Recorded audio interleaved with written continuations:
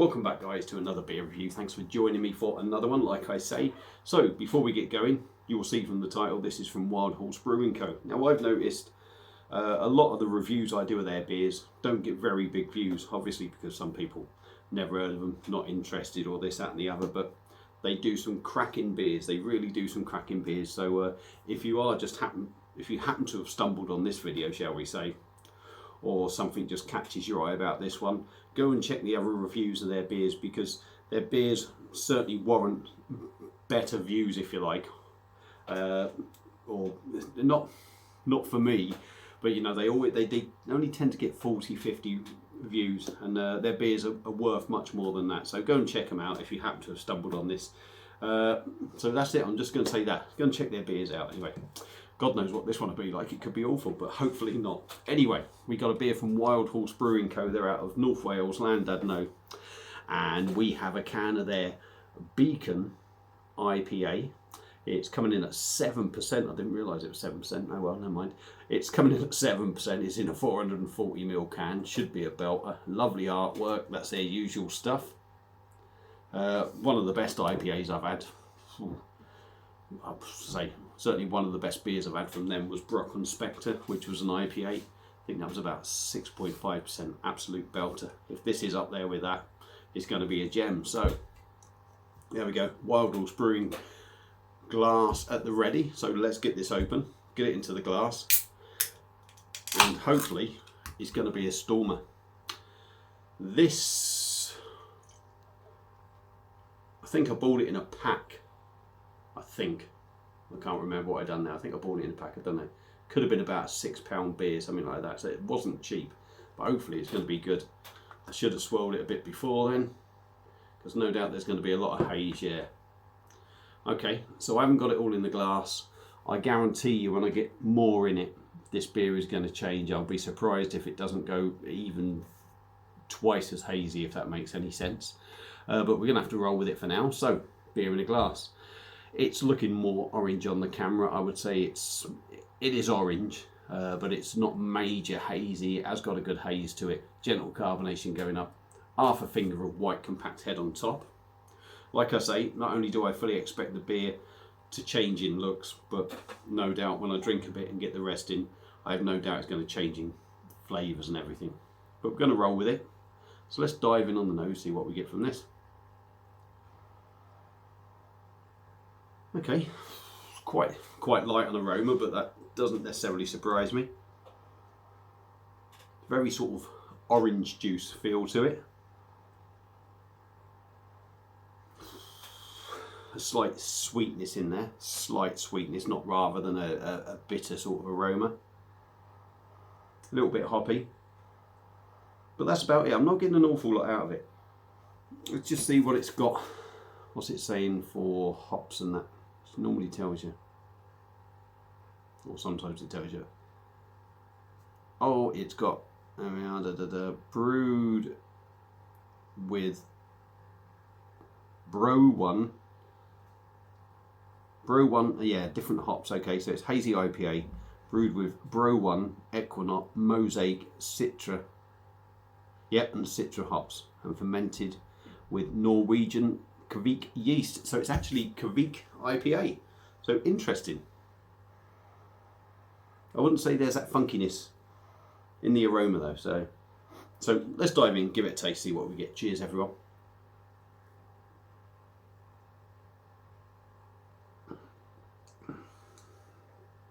You get that little bit of funkiness in the taste.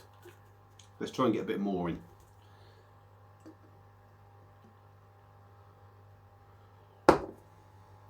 For me. Oh no, well, I don't know. No, maybe it hasn't changed an awful. It has changed a bit. Has changed a bit. But let's go in again anyway. I'm rambling on it.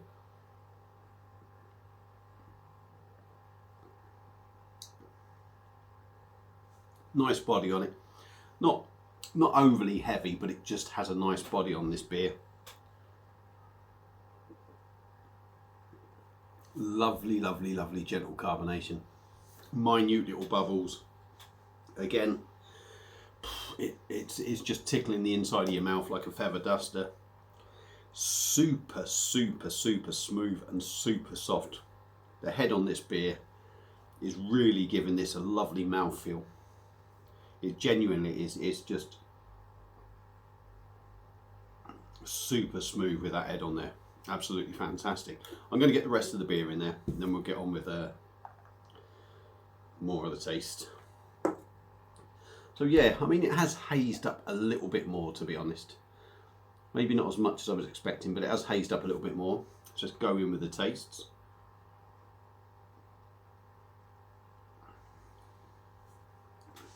There's a sweetness in this beer.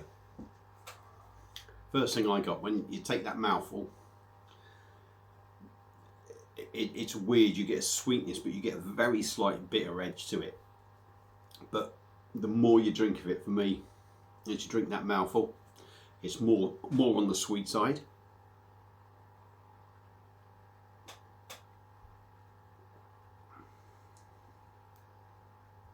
Tropical, the usual suspects really. It's tropical, orange, citrus, pineapple. Not so much on the grapefruit. It's definitely got more of a sweeter side to this beer.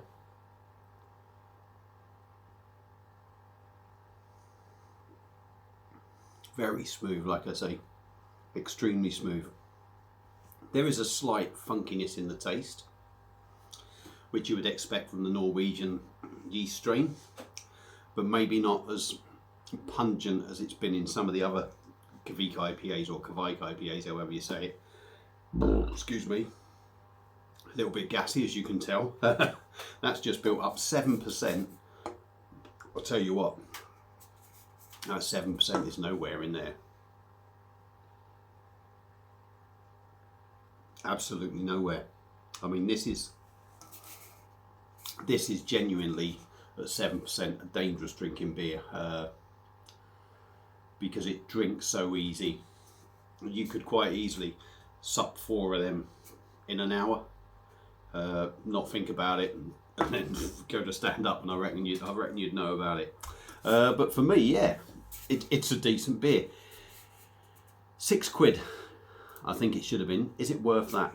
Or I did pay £6 for it, I can't remember. Is it worth £6? It's a very good beer. It's a very good beer. But does it give me the same enjoyment that the Mosaic IPA gave me from S43?